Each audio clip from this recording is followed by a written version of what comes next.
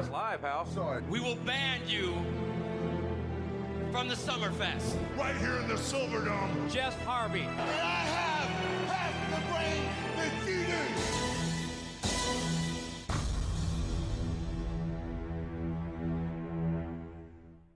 Welcome to Wrestle Hunks Weekly. I'm Brady Price, and as always, I'm joined by the Carl Anderson to my Luke Gallows, Nathan Marlowe. Hello, AJ Styles. What's going on, buddy?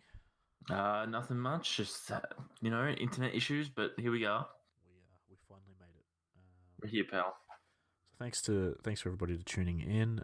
Whether you're tuning in through Spotify, iTunes, Stitcher, YouTube, however you listen to your podcast, thank you, and hopefully you can leave us a 5-star review, maybe subscribe, and share it with anyone else that you think might be interested in a little bit of wrestling talk. So thank you for doing that. Not a lot to talk about this week, unfortunately, but we've got the big SummerSlam NXT Takeover show next week, so that'll be a little bit exciting. But we'll get stuck in with some talk about Raw, and it started off with R-Truth and Carmella defeating Drake Maverick and Renee, his wife, in a mosh pit mixed tag. R-Truth retaining his 24/7 title. After the match, all the lumberjacks or mosh pit people, they jumped on top of R-Truth, and somehow out of this, Mike Kanellis wins the 24/7 title. He's celebrating backstage, and then his wife Maria sort of forces him to lay down and take the pin. She's now the 24/7 champion, and she was going around backstage proclaiming the first ever pregnant champion. And then towards the end of the show, she ran into Braun Strowman and asked him to show her how big and strong he is. So bit to unpack here, Nat, but what were your thoughts on the 24/7 title? I thought it was really, really fun. I thought Renee Maverick getting a shot at wrestling was pretty cool.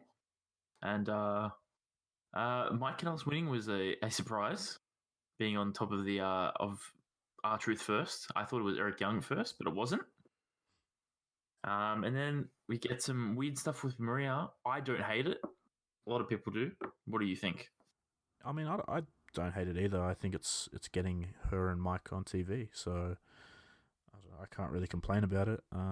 It's sort of interesting that I don't really know what they're going to do going forward, but I hope it does involve Drake Maverick and R-Truth still, because they were the whole the centerpiece. Yeah, exactly, the centerpiece of the 24. But it is pretty cool. There's two stories going around this one title. Yeah, they can't even do that. They can't do that for any other title. That's very true. Any idea what the Braun Strowman interaction will lead to? No, that's very weird. I don't know what that could lead to. So after this, we saw Ricochet. He won a gauntlet match, which also included Andrade, Rey Mysterio, Cesaro, and very briefly Sami Zayn. So he's earned a United States title match against AJ Styles at SummerSlam. And in the process of this, after Andrade defeated Rey, he sort of ripped off his mask. So that was a little interesting. What do you think of the gauntlet match? It was all right, but I think we can both probably agree Andrade probably came out the strongest out of this. Just a really unexpected thing to rip off the mask of Rey. Kind of expected Ricochet to keep going on, but what was I going to say? It's good to see. It's good to see. So I've lost words. Sorry. Rey Mysterio. He sort of put in a good performance there. I think he started against Cesaro, beat Sami Zayn as well, and then so he had 3 matches in a row essentially. So I thought Rey did.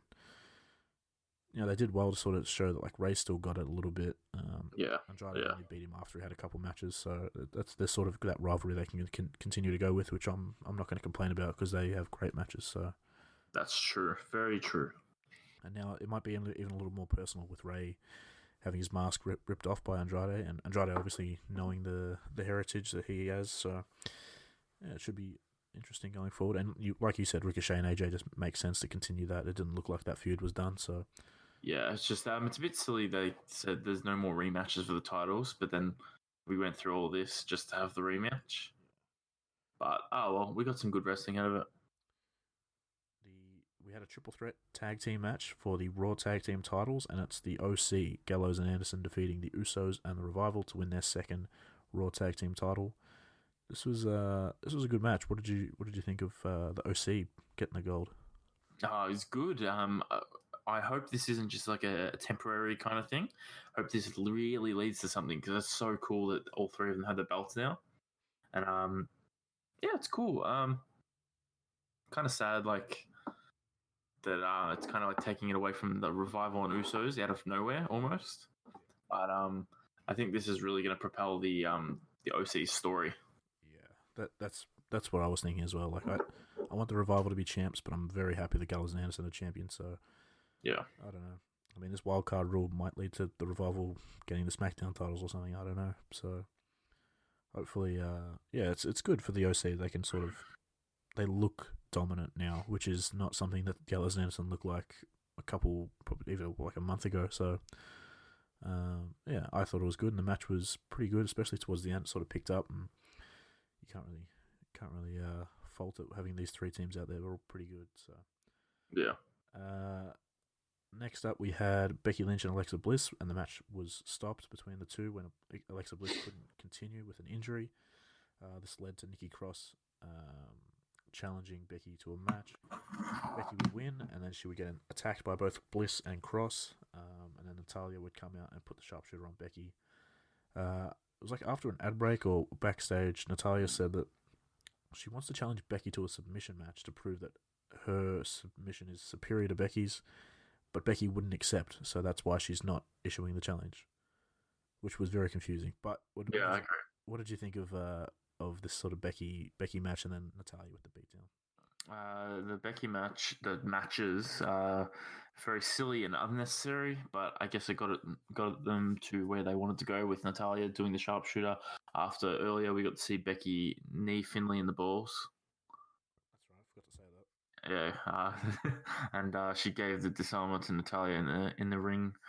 A lot of people say they're confused because Becky Lynch was helped by Finlay into the Rumble, but I see it as he's now helping the enemy. So that's how I see it. I don't really care.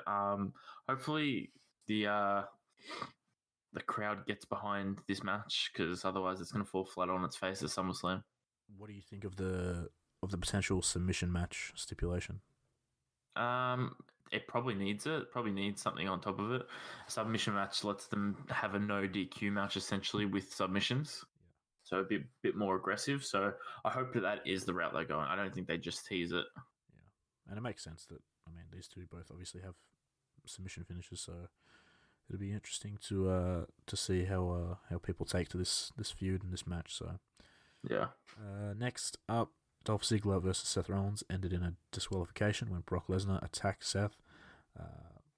He attacked Rollins with a chair, hitting F5s onto the chair, folded out, and then he stopped the ambulance from taking Seth out of the arena to continue the assault, hitting another F5 onto the stretcher. This was a pretty brutal beatdown. What did you think of Lesnar taking down Seth?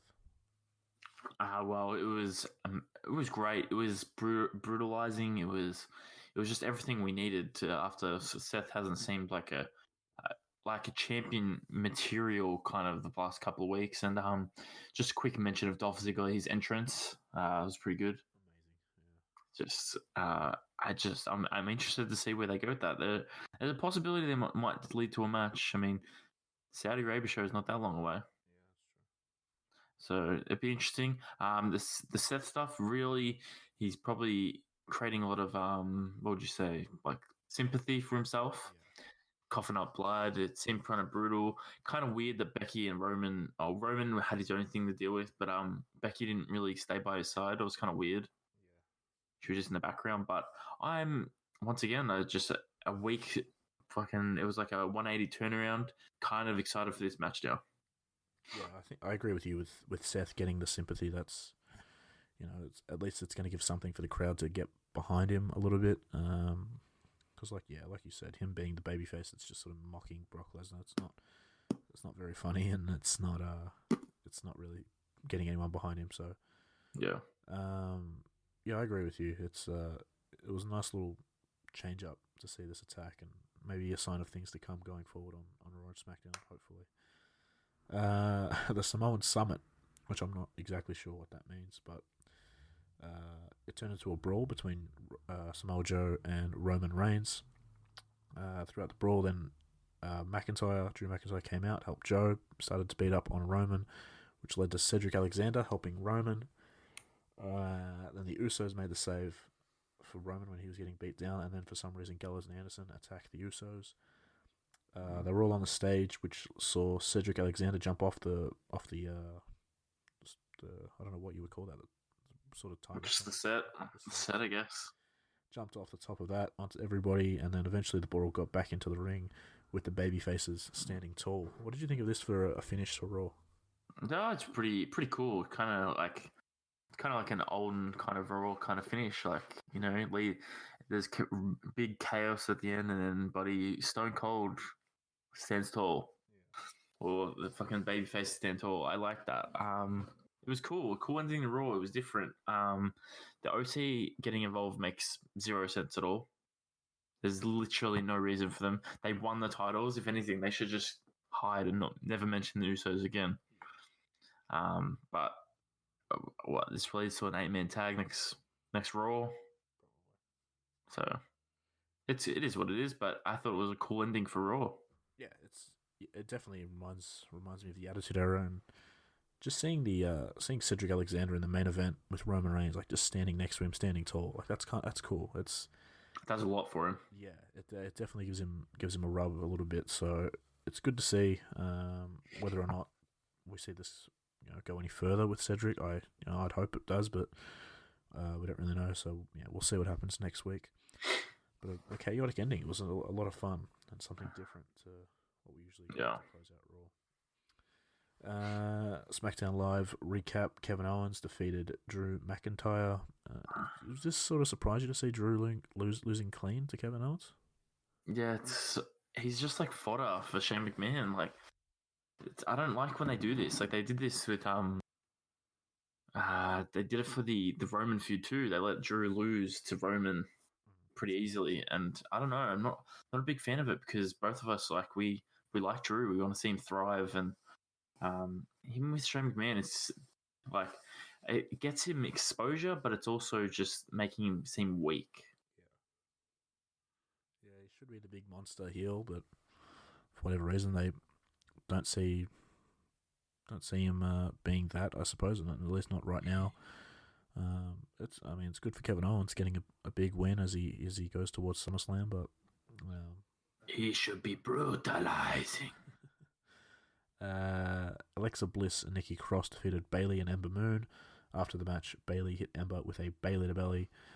This is sort of trying to escalate their feud as they go towards SummerSlam, which is a match I couldn't really remember until I watched SmackDown this week. But what were your thoughts on this? I don't have any thoughts on it, but I will tell you, I saw a piece of news before. Did you see it? Apparently Vince McMahon doesn't like Ember Moon. Really? It's just as a report came out before. Apparently he just doesn't like Ember. Doesn't rate Ember at all. Doesn't get it. Probably, yeah. But I mean, you haven't really given her anything on TV. Like, you haven't given her a character on TV. Like, she was given a character in NXT. So I don't think she's done anything of note since going up to the main roster from memory. All she did was when she was on Raw, she was friends with like Nia, and then she got injured, and then she's just been off TV. I remember seeing her tag with like Sasha and Bayley once. That's kind of like yeah. That was her first night, right? I think so. Yeah, that's probably what it was. I mean, hopefully they can get it to work because Ember is great. And I feel like this match could be really good, but it just doesn't have the build to it that it needs. Sami Zayn challenged Aleister Black to a match at SummerSlam, which I think has been confirmed. I can't really find out if it has. I think it has. So that's one to look forward to. Do you think that'll get any time on the SummerSlam card? No, but I have hope that it would. It seems like a really good match if it was done on the night before Takeover. This match would be insane.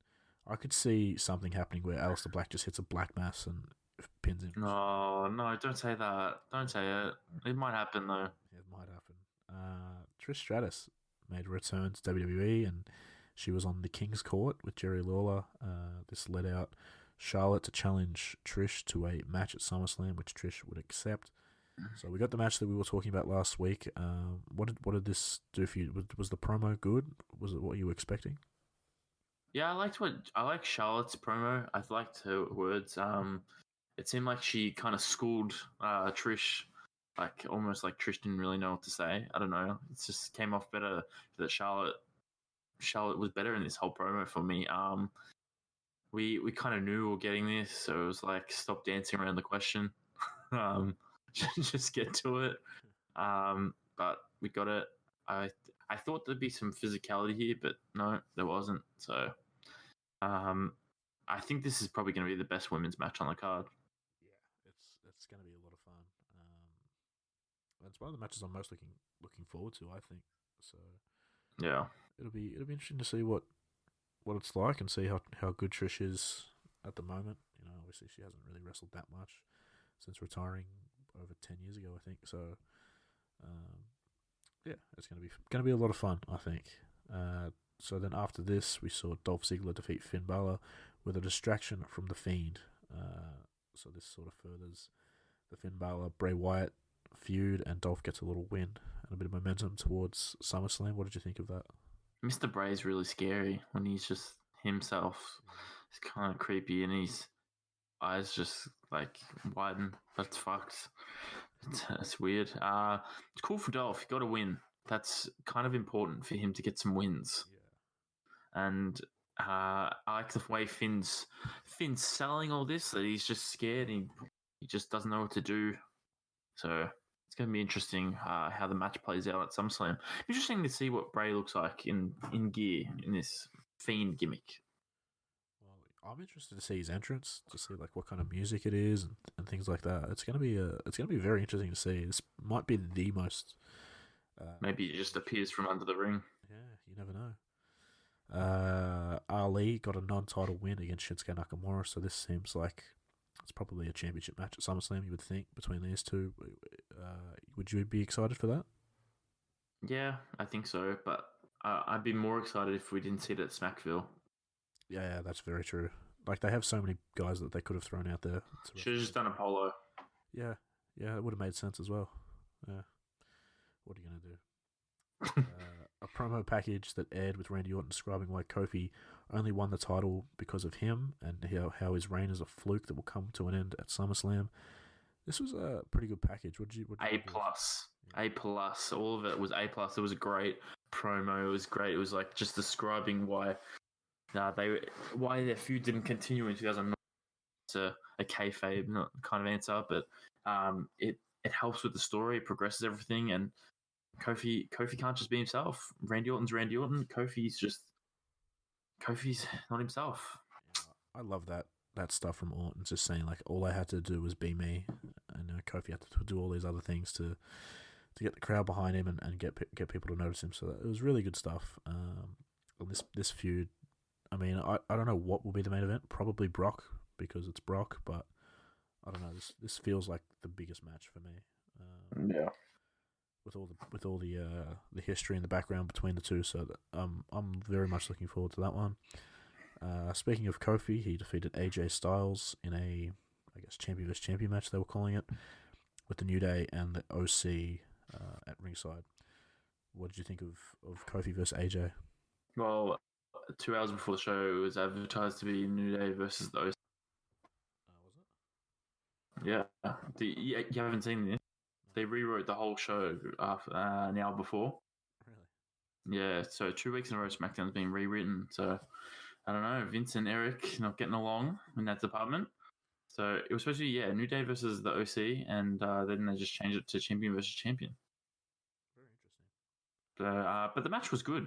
I liked it. And it was obviously the inevitable New Day and the OC fighting on the outside, and that led to bit of a distraction, and Kofi a cool Trouble in Paradise for the win.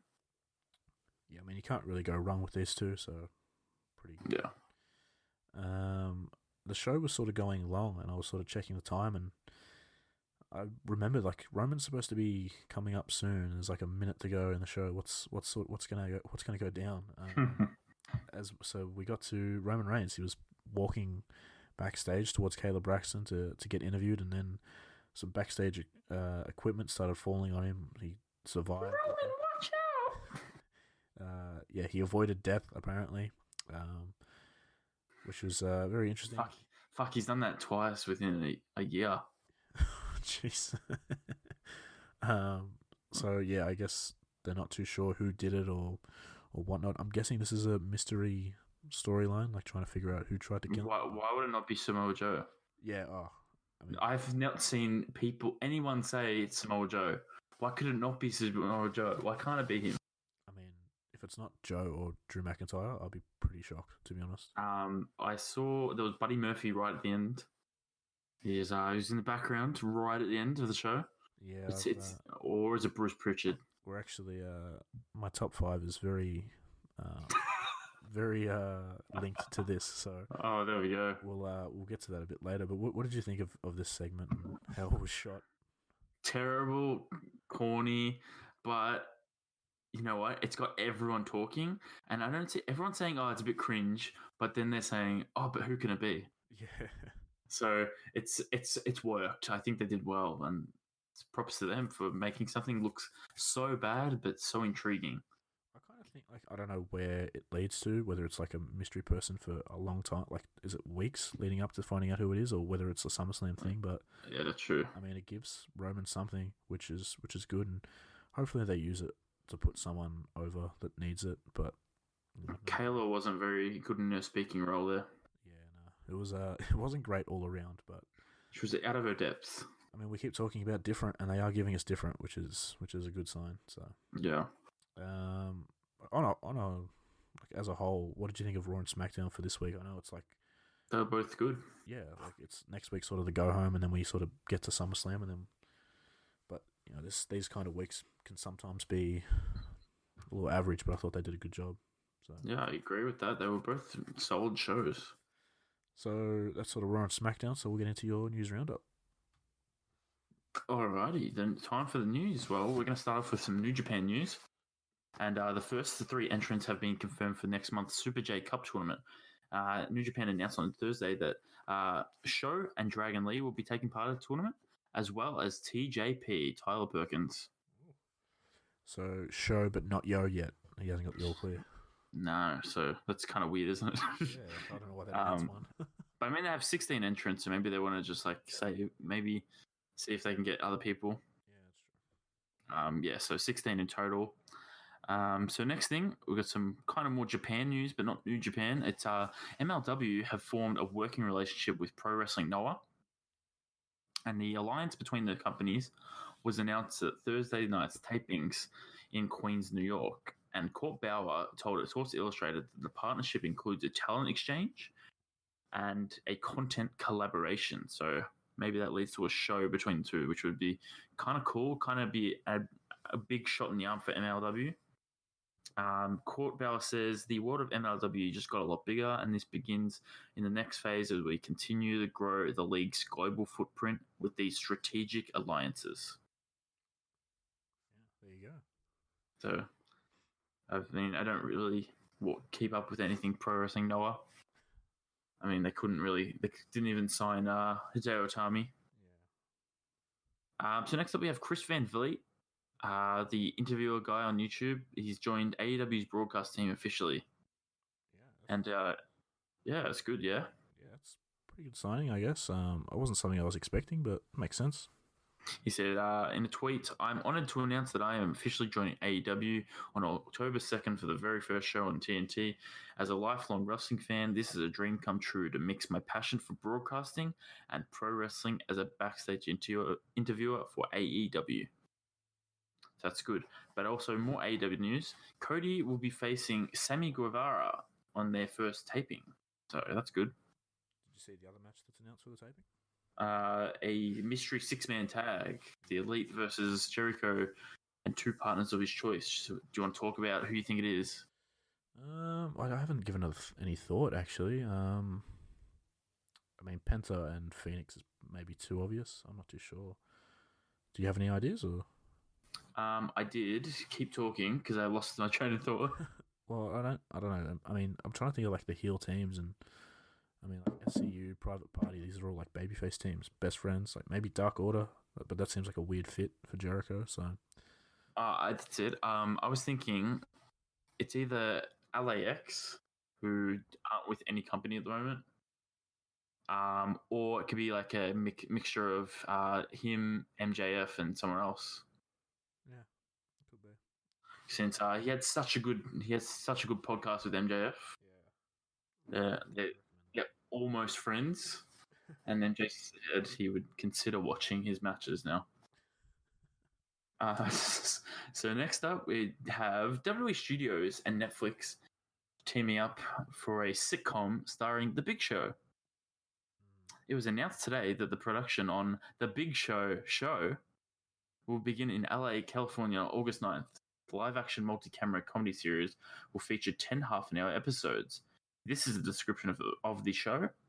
When the teenage daughter of Big Show, a retired world-famous WWE superstar, comes to live with him, his wife, and 2 other daughters, he quickly becomes outnumbered and outsmarted. Despite being 7 feet tall and weighing 400 pounds, he's no longer the center of attention. That sounds so bad. But I will watch it because Big Show's so cute and nice. Yeah, that's gonna be interesting to see how it turns out. For sure. I feel like I've heard that too much though. WWE Studios and Netflix partnering up lately. There's been a few productions. Some more AEW signing stuff. Marco Stunt is officially signed to the roster. He announced on his Twitter that it's his 23rd birthday and he couldn't think of any other way to celebrate than announcing he's signed with AEW. That's pretty good for him. Fun size. I mean, oh wow, you know his nickname.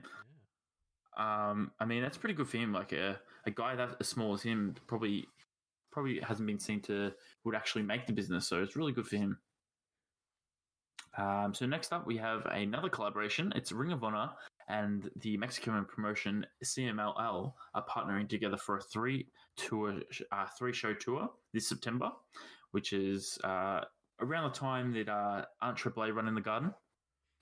I don't know when they're running the Garden. Probably is. I'll give that MSG.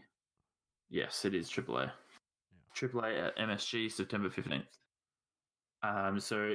But this tour with CMLL, it was announced that the Global Wars tour, and it will take place in September.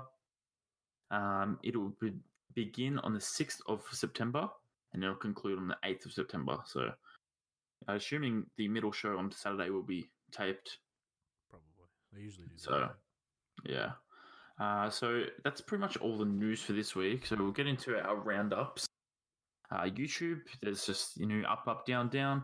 There's a new Being the Elite 163, and I wanted to say, did you notice Brandon Cutler can do a 630 into a pool?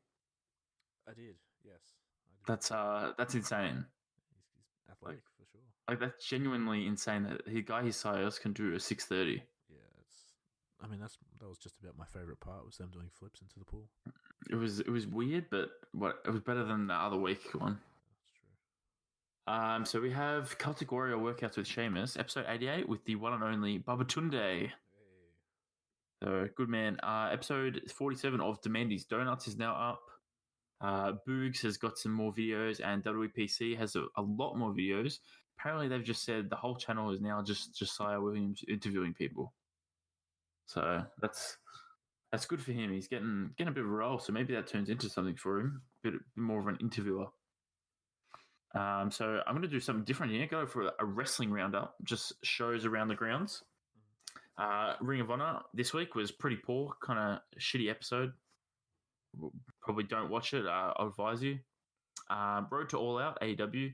It was just a short. It was about 6 minutes.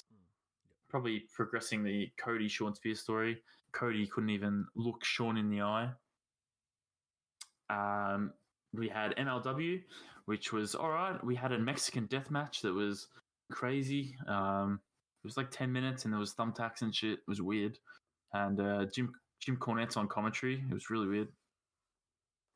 We had 205 Live, obviously. We had Drake Maverick and Mike Kanellis battling it out in a what was it? Unsanctioned match. That's the one. What did you think of that match? You watch it? I did. Drake just took a lot of the beat down and then sort of stole the win. Yeah, it was nice. So weird that we're not. I just assumed we'd get Canellis for the belt against Drew Gulak, but I guess it's heel versus heel technically. But so I'm wondering where they're going to go with the cruiserweight title, or are they going to keep it off SummerSlam? Drake Maverick said his next order of business is finding Gulak an opponent for SummerSlam. So that's going to have a weak build. So, literally a weak build. So NXT we had Fandango returning. That was pretty cool. I can't remember any other noteworthy matches on it. I mean, Bronson Reed got a loss. Yeah, I'm in the middle of watching that at the moment, but you know. Sorry. No. I know what happens, but I'm just saying. Oh wait, you know the result anyway. I mean, I wish there was more Adam Cole, but yeah, what are you gonna do? Candice LeRae was in the parking lot. I forgot if there was a payoff to that.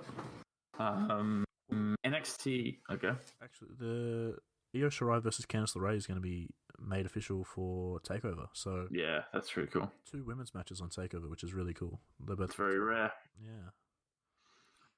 So next up we have NXT UK. And we no important matches. I don't think there was Rhea Ripley. I haven't seen her in there in a while. She had a quick win. But more importantly, Tyler Bate is back, and he was wearing slides, and he beat up the whole of Imperium, which is a bit fucked up. And he's been made to be put in a match with Walter at TakeOver, which has been known for a few weeks since the tapings are so far behind. What do you think of Bate versus Walter? I'm sure it'll be good. Because I don't really know who the big names are in NXT UK apart from There's no one. So, and I'm pretty sure Pete Dunne's sort of like doing just NXT now. I think William Regal said last week or the week before. So, with no Pete Dunne, I guess Tyler Bate's probably the biggest babyface they have. It's literally, Trent Seven, Tyler Bate, Pete Dunne, but Pete Dunne's not there right now. And then there's probably Joe Coffey. They don't really have anyone. They don't have any stars.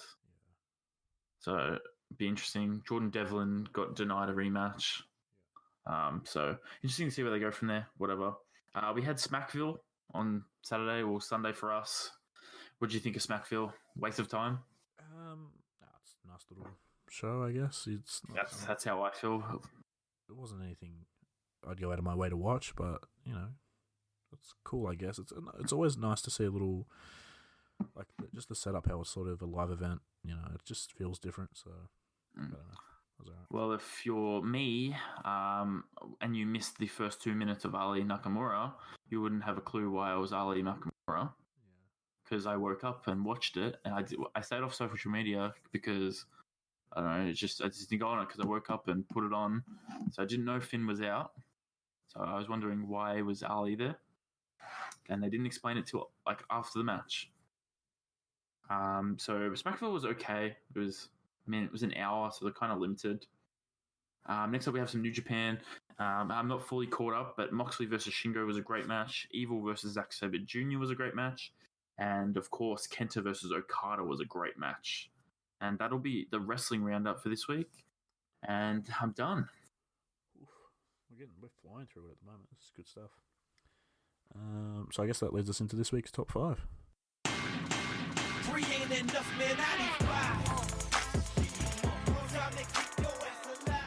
Alright, so we sort of spoke about it before. I went top 5 potential suspects. Suspects. For Roman's killer. Number 5, I've got Rikishi because has to be. For obvious reasons. He might have done it for Shane.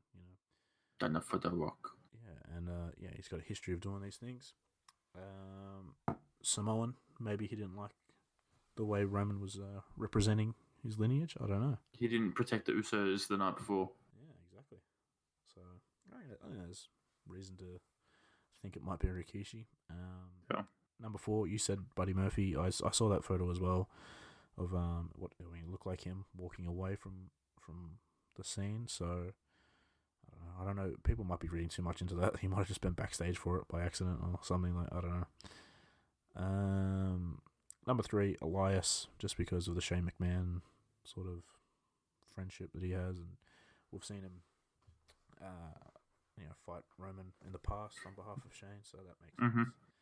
Drew at number 2 because the same thing, really. We see it. I mean, I saw memes recently of Drew just chasing Roman wherever he goes. And then number 1, Samoa Joe, because if people haven't noticed, they've sort of been in a mini feud the last couple of weeks. So Exactly right. makes sense to me.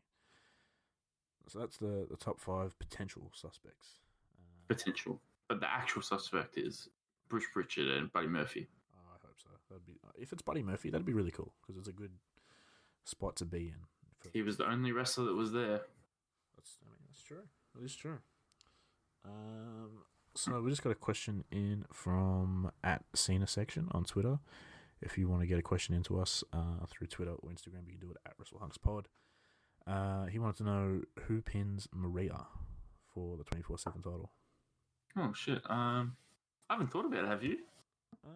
Not really. I sort of thought maybe Drake Maverick's wife, Renee, because then it can sort of lead back to Drake. That's maybe that's just what I'm hoping for.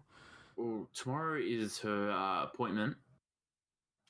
Maria, her doctor's appointment. Do you remember her saying it on Raw? Oh, that's right. Yeah.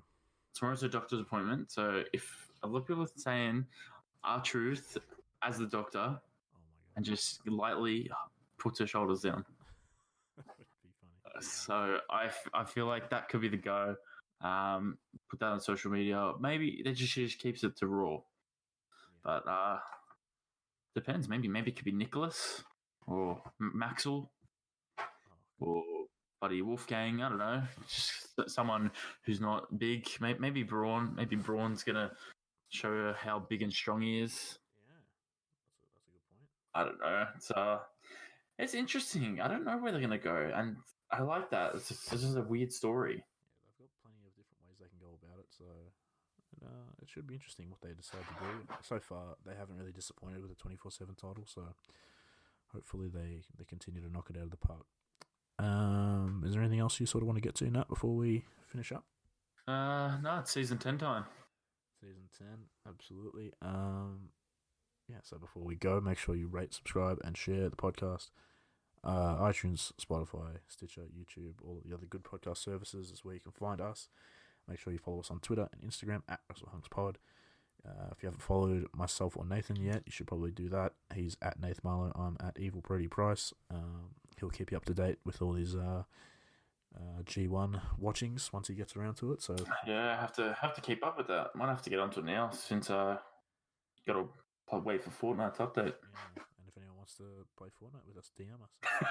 That'd be funny. We'll hit you up with a friend request. So, but that should just about do us for this week. So until next week, stay hunky.